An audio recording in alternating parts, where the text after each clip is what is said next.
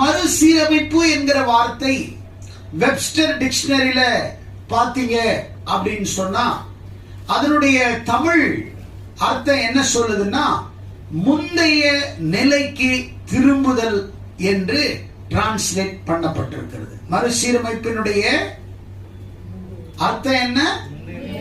முந்தைய நிலைக்கு திரும்புதல் என்று அர்த்தம். அப்படின்னா 4 காரியங்களிலே இன்னைக்கு நம்ம மறுசீரமைப்பை ஆண்டவர் நம்மிலே ஏற்படுத்த விரும்புகிறார். இரண்டாவது, நாம் 4 மறுசீரமைப்பிலே நம்மை அர்ப்பணித்தவர்களாய் நம்மை கொடுக்க போகிறோம். அதுல 4, முதலாவதாக ரீப்ளேஸ். ஆண்டவர் சொல்றாரு ரீப்ளேஸ், மறுபடியும் புதியதாக, மறுபடியும் உனக்கு நான் புதிய இருதயத்தை நான் தருகிறேன் என்று ஆண்டவர் சொல்லுகிறார். அப்படியானால் மத்தேயின் புஸ்தகம்